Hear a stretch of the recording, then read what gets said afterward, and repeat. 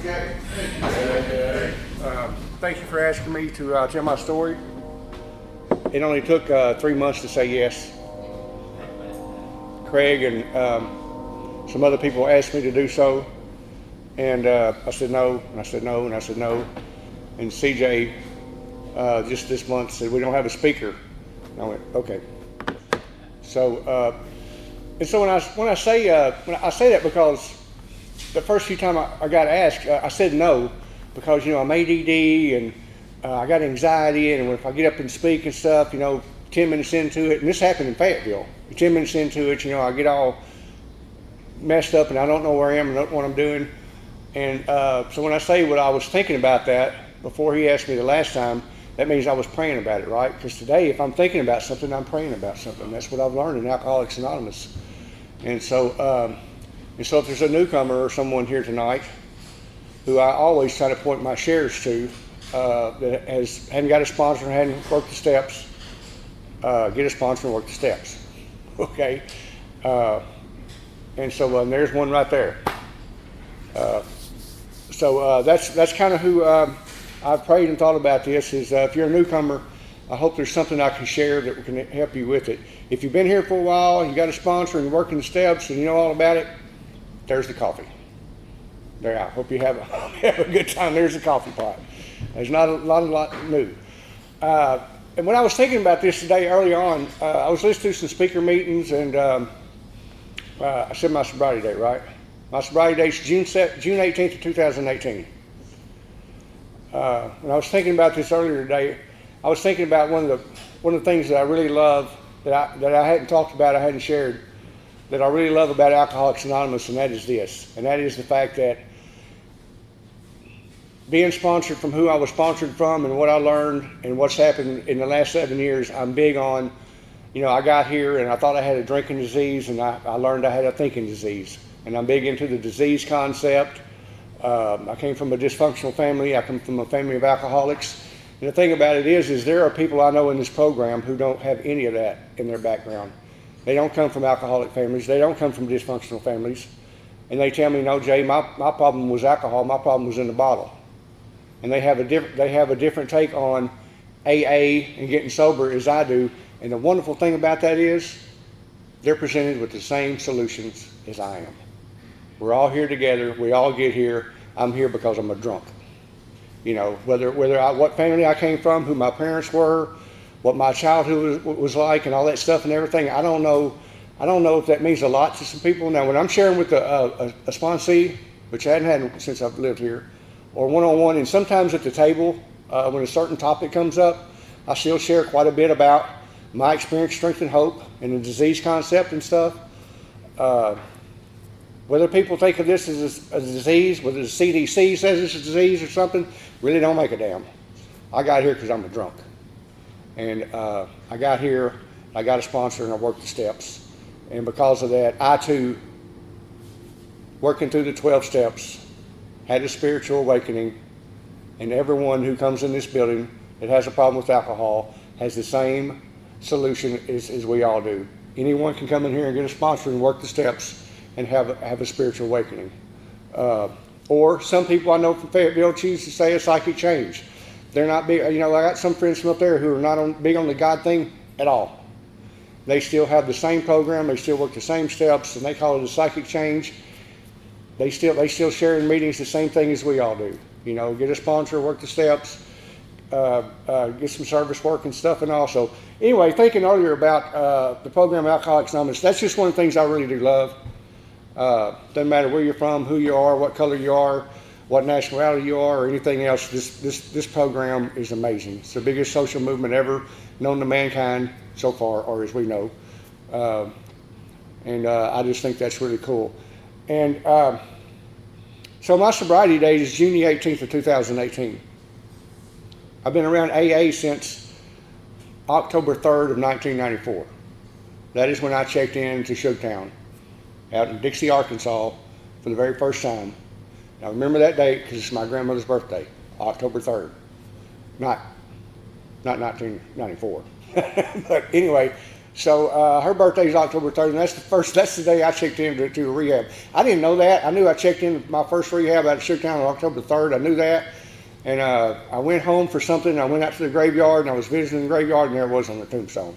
And that's just one of those things I never forget. I checked into rehab on her birthday. So I went out there to CRDC, and I did my 30 days, and I was not ready to leave.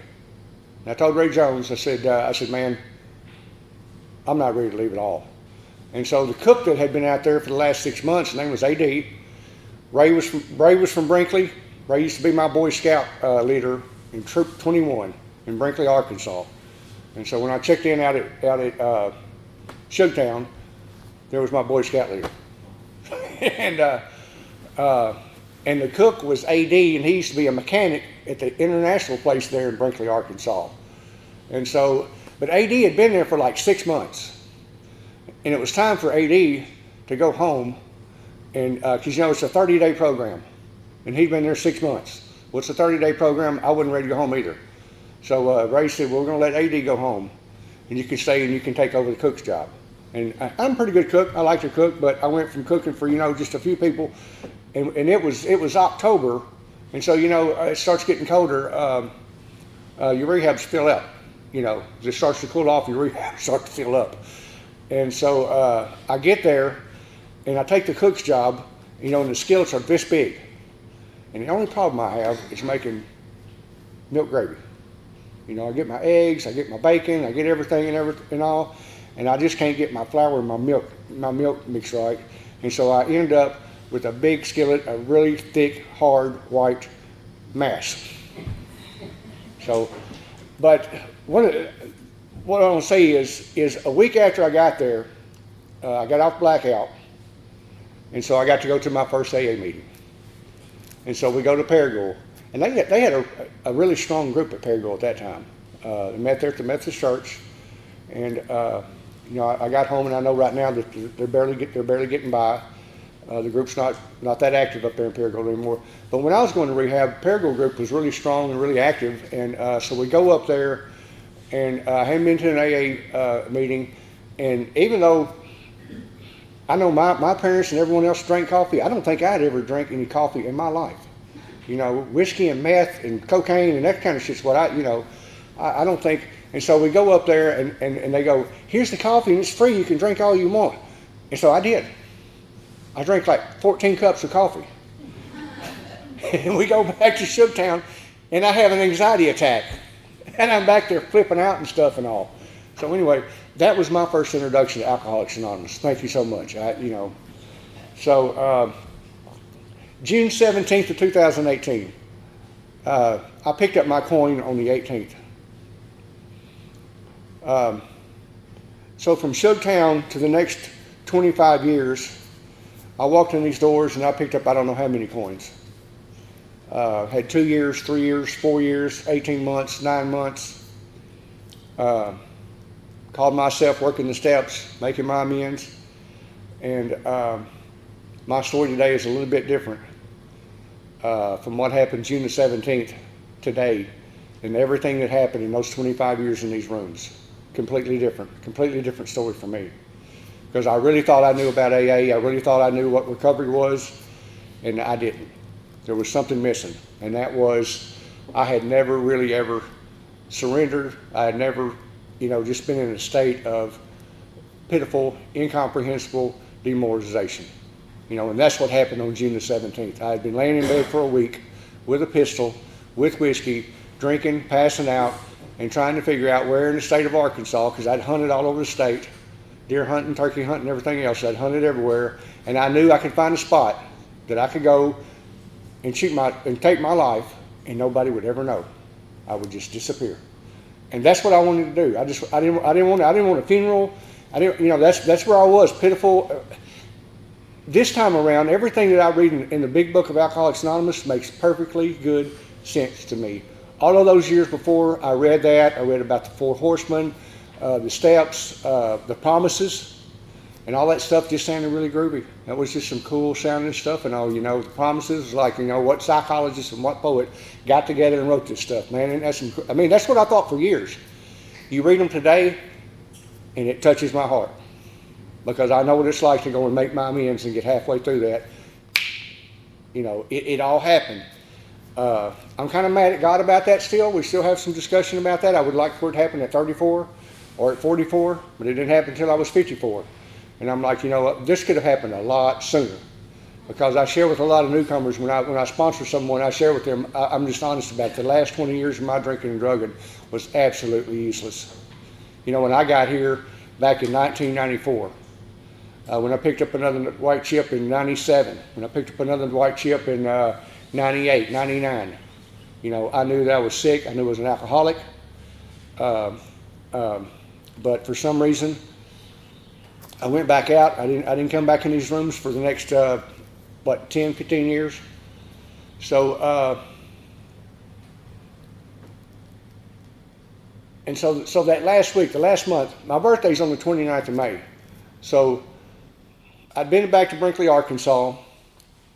I'd moved my daughter and her family back to Brinkley from Fayetteville. That's why I went to Fayetteville, because she was up there. And so I run from Harrisburg. I run from Eastern Arkansas to get away from everything that's going on here. And I'm drinking more, and I'm doing some more stuff. And I get thrown in jail for the first time besides drinking offenses. I get thrown in jail for domestic dispute. And because I shoved a lady, told her to get the hell out of there. I called the police, and they came and arrested me. And it pissed me off. They put on pink handcuffs. That's what I hated most about the whole situation, was I was like, man, you can't put those on me. They're pink. But anyway, but I'd never been arrested for anything besides, drunken, disorderly, DUI, wrecks, resisting arrest. Everything was alcohol related. And so when that happened, and it was I think most domestic disputes, it's a 24-hour hold. So that you and whoever got into it, won't get back out there that night and someone get hurt. So they put one of the people in jail. And that's when, married couples or couples and stuff. We weren't a couple, but they held me for 3 days in Poinsett County Jail. And I had been going in there with the church doing some salvation work. And so when they put me in there, they were like, isn't that the preacher man down there? And, it's in Cell A and stuff. And that was, all of this stuff really, really rocked my world. So when I got out, I went and got a U-Haul and a car carrier, and I took off to Fayetteville, Arkansas. And a year later, I moved my daughter and her family back to Eastern Arkansas because of a job opportunity my son-in-law had. And between my birthday and June the 17th, I was up there by myself, all alone, and everyone was gone. And I fell completely apart. That's when I hit rock-ass bottom. And that last week, I did nothing but drink and consider taking my life and where I was going to go and do it. And I'd sit there and think about it. I'm going to go to the woods over here, and I'm going to go to the woods over there. And then I would figure out how they would find me, and I'd go, well, shit, I messed that up too. Hell, I can't even do this right. I'd be like, I can't even do that right. So that went on. Father's Day, June the 17th. I wake up, and I go into my kitchen. And I had made sure, I knew it was going to be a Sunday. All that week I just drank and passed out and drank and passed out. And I'd take my pistol and I'd cock it and I'd put one in the tube. And I'd take the safety off and I'd throw it in my bed. And I'd just go in there and I'd pass out. And I'd think, well, maybe I'll just accidentally kill myself. Thank God I didn't blow my toes off. Or I'd be sitting up here telling you tonight how I shot my foot. Right? That would be my luck. But none of that happened. But I got up that Sunday morning, and I knew it was Father's Day, and I was just clinically depressed, suicidal, just that was it. I just had never in my life been to that point where there was just no turning around and going back. It was just over. Everything I'd done, it was just over. And I went in there, and I grabbed a hold of that Jim Beam bottle, and I took the cap off of it, and I could not take a drink. I didn't like the smell of it. It felt odd in my hand. I didn't know why I had a whiskey bottle in my hand, and for some reason, someone that was clinically depressed and suicidal and wanted to do nothing but die, something came over me and said, you'll never take another drink the rest of your life.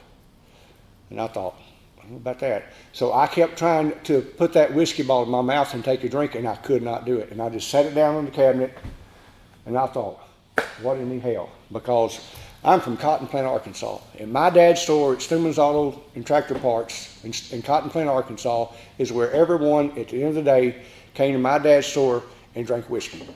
Okay, back there in the big boat bin, where all the different boats and stuff are, was Billy Clyde and Leroy's and Jim's and Earl's or whatever. That's where their whiskey bottles have been for all those years. So don't go mess with, inch and 5/16, 7/8 and everything, because that's where Billy Clyde keeps his whiskey bottle. That's the boat bin back there in my dad's store. And so I grew up in a place where there were 5-gallon buckets of whiskey bottle caps, black caps, not bottles, just the caps. There was always, all my life, a bucket of just whiskey bottle caps. There's a lot of whiskey you got drank in that place.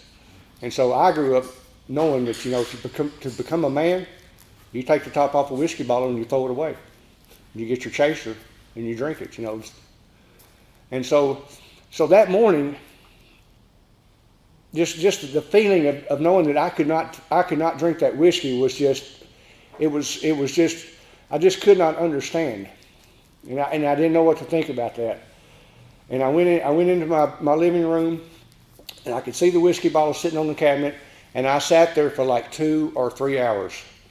And what came over me that morning was the most peaceful, calm, and loving, and kind feeling that I had ever known in my life. And I sat there for hours. It being Father's Day, I knew it was the final round of the U.S. Open golf tournament. The final round's always on Father's Day. I would turn the TV on. I would try to watch it. I don't golf. I'm horrible at it, but I love to watch the majors. And I would try to turn the TV on, and I couldn't watch it. I couldn't do anything but just sit there in wonderment. And finally, and that started like at 9 or 10. This was like 2 or 3 in the afternoon. And I couldn't understand what was going on. And finally, I just said, man, God, if this is you, I don't know what's going on here. And some people find this delusional, crazy. Some people say, well, that sounds good. I have other friends who have had some very some spiritual experiences, same as I have. But when I just looked up and cried out to God, this is what came. It wasn't audible in the room, but in my mind, it was loud and clear. And it said, Jay, go to AA, get a sponsor, and work the steps. And I jumped up out of my chair and I went, I've tried all that. I've crossed those bridges. I've done that. I've been to AA. I've been to NA, Celebrate Recovery, John 3:16 Ministries. I was like, and again, just calm, peaceful. It said, Jay, go to AA, get a sponsor, and work the steps. That's what happened. That's what I heard. That's what happened that morning to me. And I was absolutely just amazed. And what I did was I just went, okay. And I went in there and I got my phone and I picked it up and I Googled AA in Fayetteville. And it showed me all the meetings lists and all that. And guess what else it had on there? AA hotline. What was that? AA hotline. I thought, looky here, I can talk to them. And I did. And I called them and I called the AA hotline. And they heard, hey man, I just had an epiphany. I got to know where the meetings are. I got to get a sponsor. I got to work the steps. And they go, whoa. Hold on just a second. Have you been drinking, sir? Are you drunk? They had to go through the questionnaire. They had to find out what was going on. I was like, no, man, I got to get to a meeting. I got to have a sponsor. Man, I got to work the steps. And they were like, okay. That's what happened on June the 17th of 2018. I got a bath. I got a shower and had a bath in about a week. I was just laying there doing nothing but drinking whiskey. I washed my sheets on my bed. I got something to eat. I hadn't eaten all week. And I got a shower and I went to sleep. It was the first time in quite some time that I had gone to bed sober and actually gone to sleep. And I slept very well and woke up that morning and remembered that I had a client that wanted me to do some painting and stuff. And I called them and they said, yeah, we've just been waiting on you. And got up and went to work. That Monday morning I got up and went to work. Got in that evening, took a shower, went to Keep It Simple. That group in Fayetteville is on Dixon and College at the Episcopal Church, St. Mark's Episcopal Church. And that's where I picked up my white coin on June the 18th, 2018. And that's where this journey started. It started the day before on the 17th. And but my story is, there's no doubt in my mind I would not be standing here tonight sober had I not had that experience, that spiritual experience. Because I tried so many times to come in this room and get sober, and really thought that I really was going to, and really thought that I was working the steps, and really thought I was doing well. And one day I could be somewhere here in Jonesboro, and it would just hit. I think one day I had like 3 years, and they built a new cowboy honky tonk dancing place out here. What's it called? Cowboy. The Cowboy or whatever. Now I used to go to one in Little Rock years ago. They had one out there on I-30. And I just drive out there, and it was on the other side of the interstate, and I would just put my blinker on and take a left and just go through the media and go across the highway and go through the ditches and go through the media and just pull up right in the front door, and they're like, what the hell are you doing, man? I didn't go down there and take the exit and go back around. I just take a left and just go through, I did shit like that, and I don't know how, I've had a lot of DWIs and wrecks and stuff, but there were some nights, when I got drunk and just did crazy shit like that, and it just worked. It just worked perfectly well, and there was not a cop around or anything. And there were people, people, like I called them city boys, because I was from Cotton Plant, and I pulled up to the front door there in Little Rock, and they'd watch me do this, and they were like, man, what in the hell are you thinking? I'm like, oh no, give me a beer, So, and that's what happened. That's what would happen. I thought I was doing what I wanted, what I needed to do. All of those times I was doing what I thought I needed to do. And on that night, I don't know what I was doing, but something just went, man, I want to drink a beer and take a shot of and shoot some pool. And that's what I did. I went out there, I drank some beer, did a couple of shots, shot some pool, came back home the next morning, got up, came to a meet, and got a white chip. Not remembering, I had 2 sponsees. Dennis R., that's moved here from Alaska, that's moving back. I don't know if you've been watching him on Facebook and everything and his journey, but he's been here to get some surgeries and stuff. He was one of them. But it was just, it's just some crazy ass shit, and that's just, that's the way it went for a long time. But it's different today. What happened June the 17th, and there's no doubt in my mind whatsoever, had it not been for some divine intervention, I wouldn't be standing here, And I will say this, I got 2 friends in Fayetteville that both had similar experiences. Thad met a lady in rehab that came and talked to him and shared with him, and he made a decision to never drink again. When he got up from his room to go find that lady, she didn't work there. They didn't know her name, they didn't know what she looked like, they didn't know who he was still talking about. He knew that lady came and talked to him in his room, and when he went to go and find her, she was nowhere to be found. So I'm not the only one that's had some of those experiences. And I still know some people when I share that with, when I talk to outside these rooms and stuff, they just look at me like he's delusional. He's just crazy. That's okay. That's all right. So I call them, and I get to keep it simple. And I make the 5 meetings that keep it simple there that week. The 24-hour, which is the VA meeting there in Fayetteville, meets on Tuesdays, Thursdays, and Sundays. We read a personal story out of the back of the book every Tuesday night, that meeting. Their book study is always and has always been the same. They read stories out of the back of the book. Monday I picked up my chip, and also there's a campus group that started out on the U of A campus. They meet at the Presbyterian Church. I made all of those meetings. I made every meeting in town that I could make all week long that first week. And I was just amazed that because AA was nowhere on my radar at all when this happened. I was not thinking I'm going back to AA. I was not thinking I'm going back to rehab. I'm not thinking I'm going to detox. I'm not thinking that I'm going back to recovery. I'm going back to church. None of that was on my radar at all. When that happened, when it said, man, go to AA, get a sponsor and work the steps, that's when I was like, for what? Why? But that's what I've been doing since that day. That's what has happened, and that's my story. So all week long, I'm listening. Intentionally, I'm listening to the guys in those rooms that are sharing. I'm looking for my sponsor. I'm looking for my sponsor. My allergies.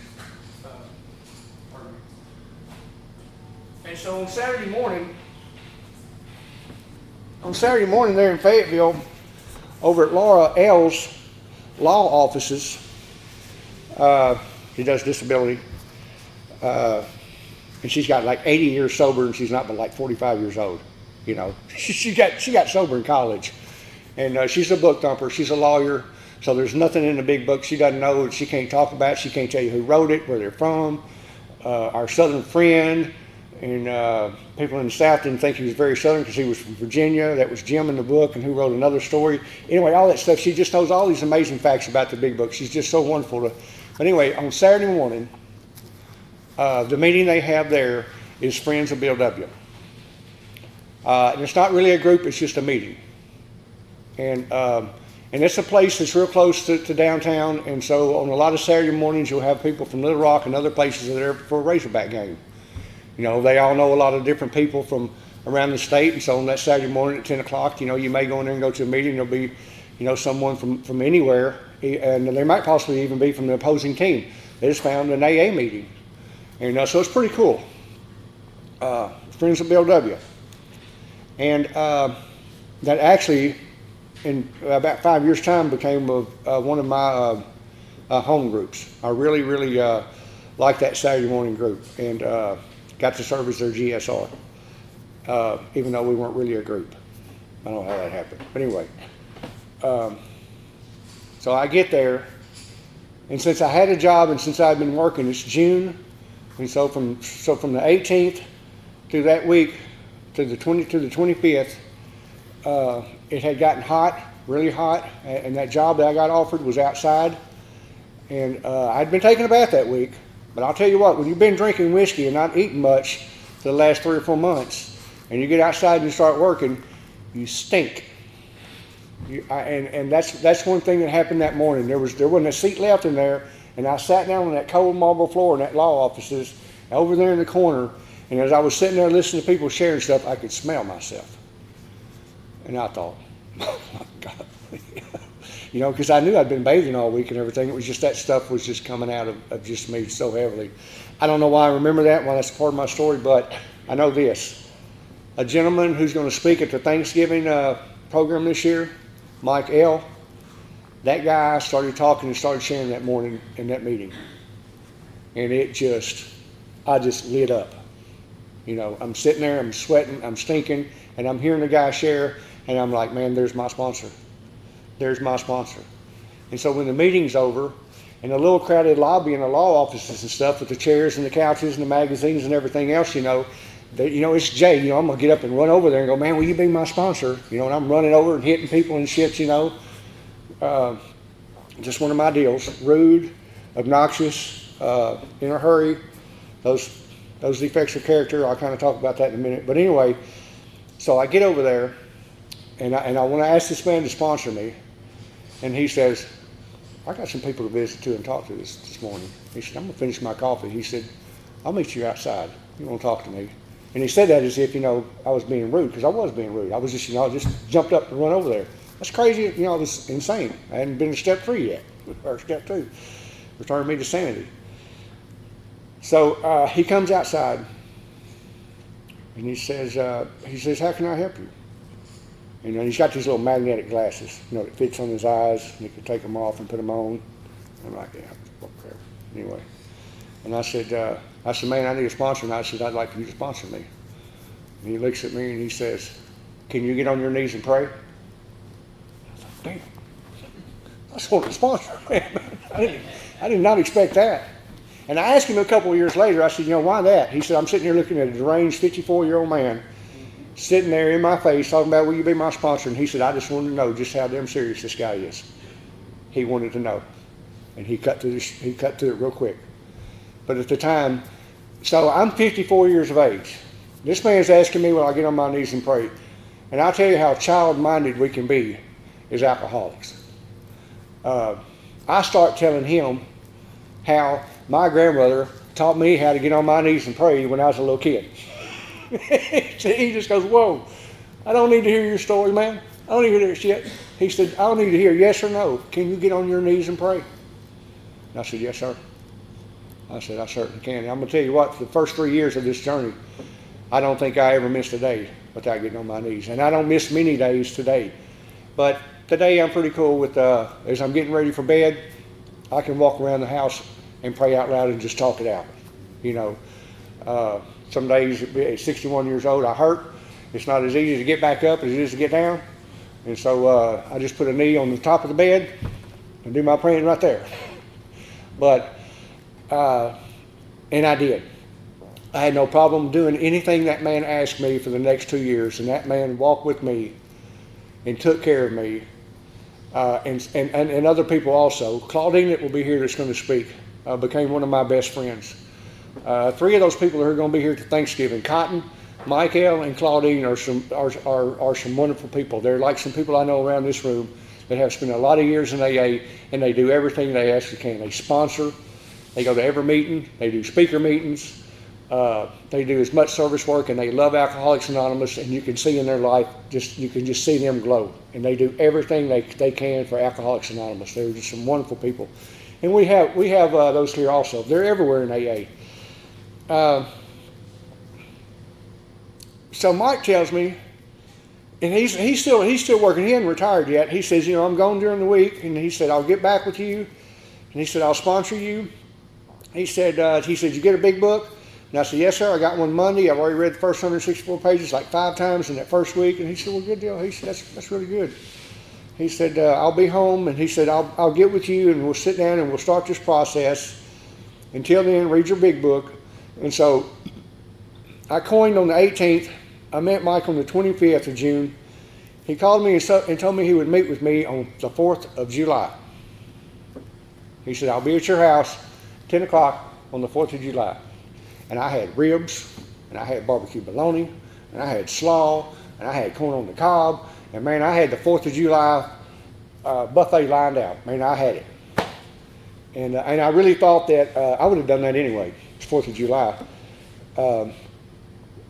But I really thought, he'll get here, he'll go over some things with me, and he'll be here about 30, 45 minutes. He's got family. They're in from Georgia. They're in from Alabama. I kind of got to know some of this information as we had talked a couple times on the phone. And I said, well, he'll but I'll have something here for him to eat, and we'll talk. 3 hours later, we're reading the big book, and we're at the 3rd step prayer. 3 hours later, he got there. He said, open your book. Let's start reading. And we started on the doctor's opinion. And as we read, he would say, is that you? Is that why you're here? Is that what you're doing here? Is that you? And as we read, and I stayed with him, and I just kept reading, and he just stayed there. And so we get to the 3rd step prayer.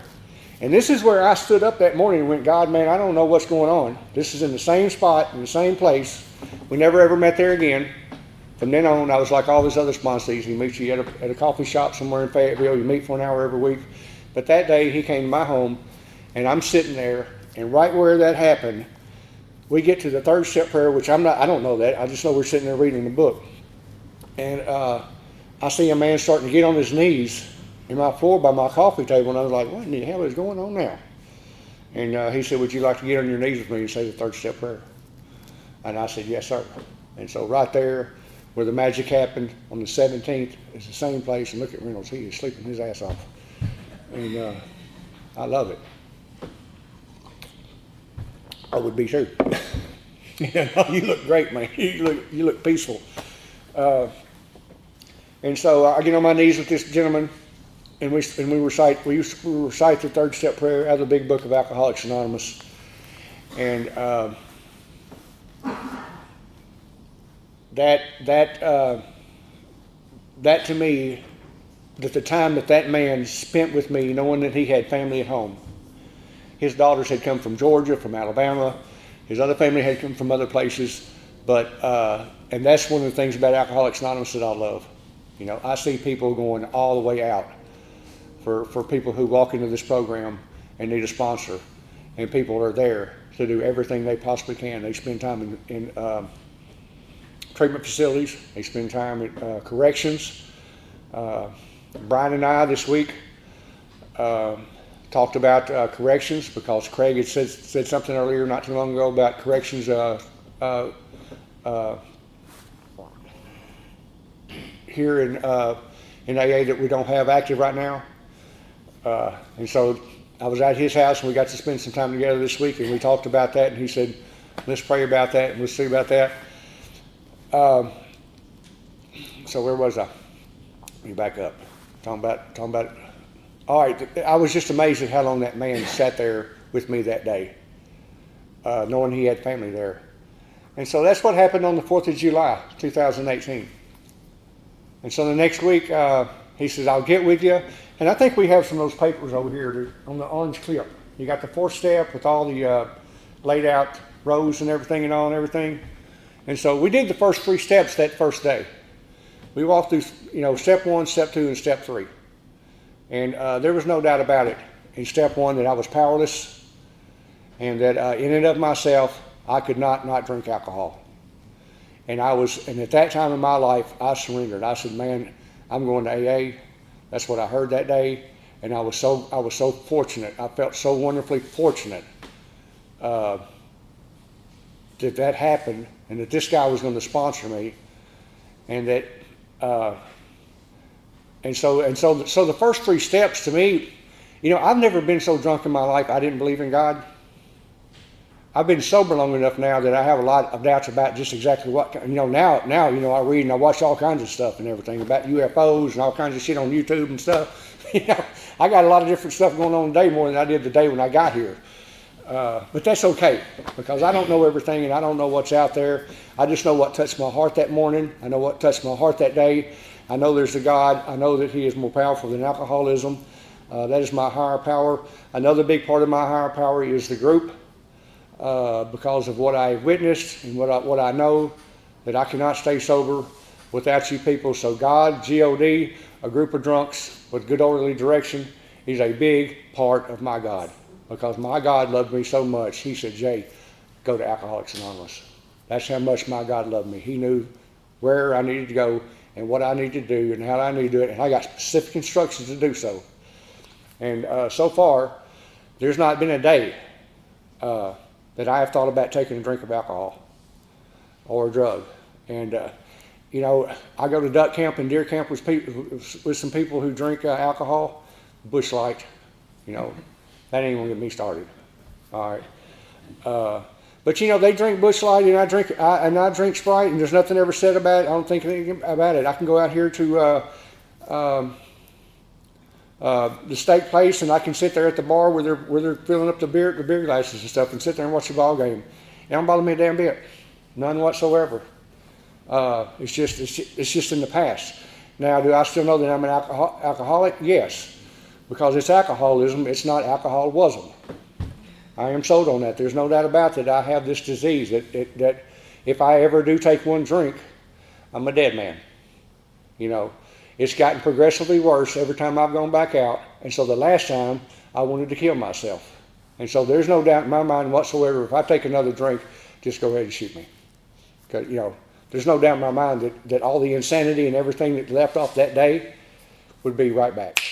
That's what I'd be looking at. So taking a drink of alcohol is just, I don't know, it's done, it's over with.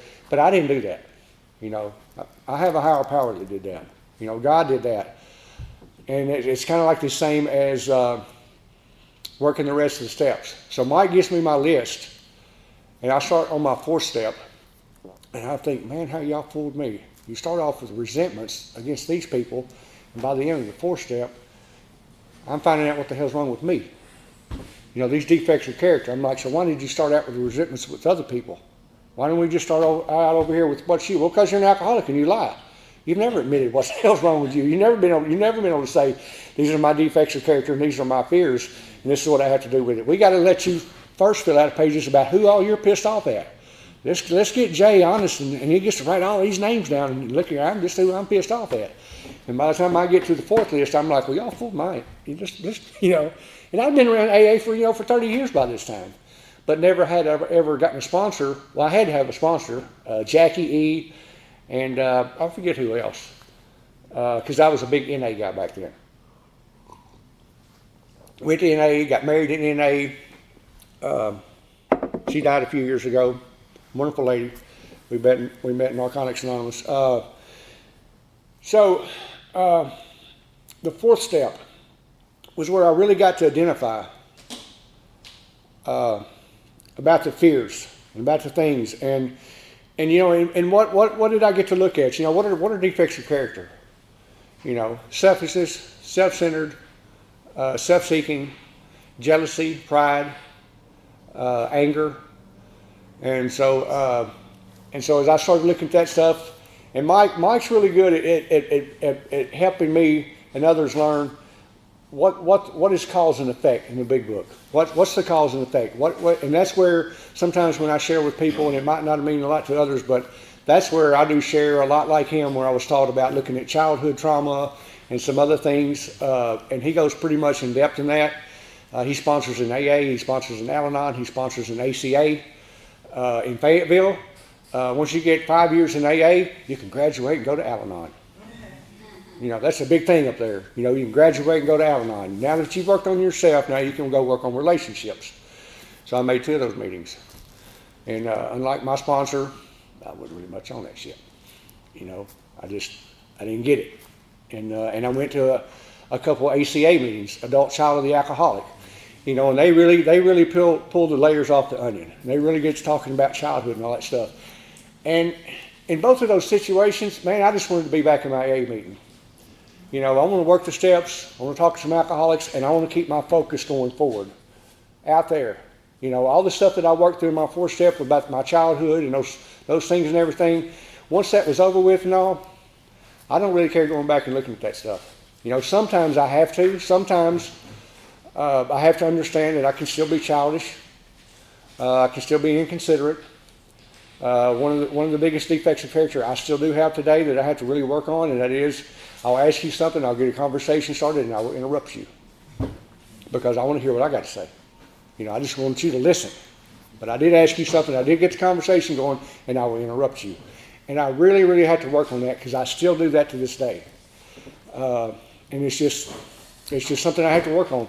Profanity. I was in the Navy, then I worked on the towboat. I come from a lot of crazy-ass whiskey-drinking people from Cotton Plain, Arkansas. I have got a potty mouth, and I have worked on that because I know. Cotton, who will be here to speak on Thanksgiving, we were in a meeting one day, and we were talking about profanity. And his twist on things are a little bit different. He comes from a different positive kind of way. Of course, he's been around AA for 832 years. And we're talking about that, and he says the lack of profanity bothers no one. The lack of profanity, the lack of profanity insults no one. So he just put a whole different spin on it. I want to quit cussing. I want to not use profanity because I need to use better words. I need to speak better.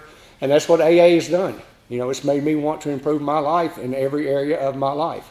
I want to be the best person I can be. I want to be able to carry the message to the still suffering alcoholic, and I want to do my very best. Don't grade me at that. I don't think I'm the best at it. I don't think there's any, I can get a little egomaniac about it, and I know that there are people who think that instead of sharing, I do a little bit more of telling. I do a little bit more of being an instructor type of instead of just sharing and being humble. And I think that's because I've been self-employed all my life. I've always been the lead guy. And so, that's something I've done for a lot of days is I've got to make sure everyone's doing the right thing. Even though there's just me and one other. Somebody's got to be the boss.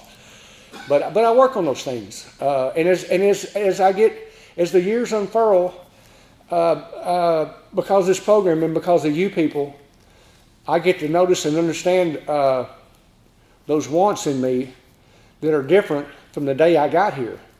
When the day I got here, I was just insane and crazy as ever live in hell. And even though I had a profound spiritual experience the first day, 2 years in, I was crazy. And without alcohol, it didn't matter how much of a spiritual experience I had, I still had no idea how to live without a mood-altering drug. I just didn't know how. And I'll be honest with you, in 7 years of sobriety now, I'm boring. I'm boring as hell. Without alcohol, man, I am not excited. I don't have a lot to talk about. I don't have a lot of jokes. I go home, I feed my cats, I get in the recliner, and man, I can nap. I can nap. I have not tried to date, probably because of the fear of a lot of that stuff. Sometimes I bring that stuff up and I go, that hadn't happened, and I don't date in the program, and that's because there's hadn't been any takers. Just waiting the program. They just want to go out with me. That's the truth about it, you know. But I go, well, you know what? I'm not going to date the program. Hell, nobody's wanted to go out with you, Jay. And so, but you know, I can put my twist on it. I'm allowed to have my perception. But there's no doubt about it. And it may just be being 61, but without alcohol, man, there's not a lot of excitement going on with that around me. I go to work, I go home, I go to sleep, I can nap, and man, I can nap. I'm gonna tell you something. I do a lot of it. I look out there at that boat, motor, and trailer in my yard, and I go, man, you can go crappie fishing. That's what you bought it for, man. You can get up this Sunday, man, and go crappie fishing. And I'll go in there, and I'll get on the recliner, and I'll turn on a Netflix movie or golf or something, and I'll close my eyes and watch a little bit of some of it, and wake up and put it in reverse and go back to where I remember where I left off at. Steps 5, 6, and 7. Real quickly, 5 minutes. What's important about the fifth step? Self-appraisal didn't work. You know, I've done self-appraisal and self-help for a long time. Man, I had Joel Osteen books. I've got, who's the lady? Joyce Myers. And a lot of her stuff comes from recovery. Her book, The Battlefield of the Mind, is really close to a lot of recovery stuff. And I think that's the best thing that happened to me when I was at John 3:16 ministry. They had no recovery, no steps, no nothing. Just get saved and baptized. We got the cure. I knew it was bullshit. I didn't go for that. And when the director, Brian Tugwell, some other people come around, I would try to say some things about AA or about learning and about defects of character. You know, you got to have something else, and they didn't want to hear a word about any of that stuff. But I found some good books while I was there. One of them was Joyce Myers' Battlefield of the Mind. And I think that's the best thing that happened there. But in the fifth step, with my sponsor, who I worked the first 4 steps with, self-appraisal just doesn't cut it. I got everything out, and if there was anything I didn't want to put on paper, which there wasn't, I don't have any deep dark secrets. I haven't raped the neighbor's dog or none of that shit or anything. I don't have any of that stuff back there. And so I shared everything we had gone over with. Now, step 6 and 7. I'll take a minute to talk about that. Step 6 and 7 I learned was, and when it talks about this separates the men and the boys, or the women and the ladies, whatever. I found out, and there is a good book called Drop the Rock, and in step 6 and 7, where it talks about in the book where God doesn't wash me whiter than snow without my cooperation. That's where I learned that I could get on my knees and pray the 7-step prayer. God, take all of me, the good and the bad and all this and everything. But I'm the one that has to take the actions. I'm the one that has to try to quit cussing.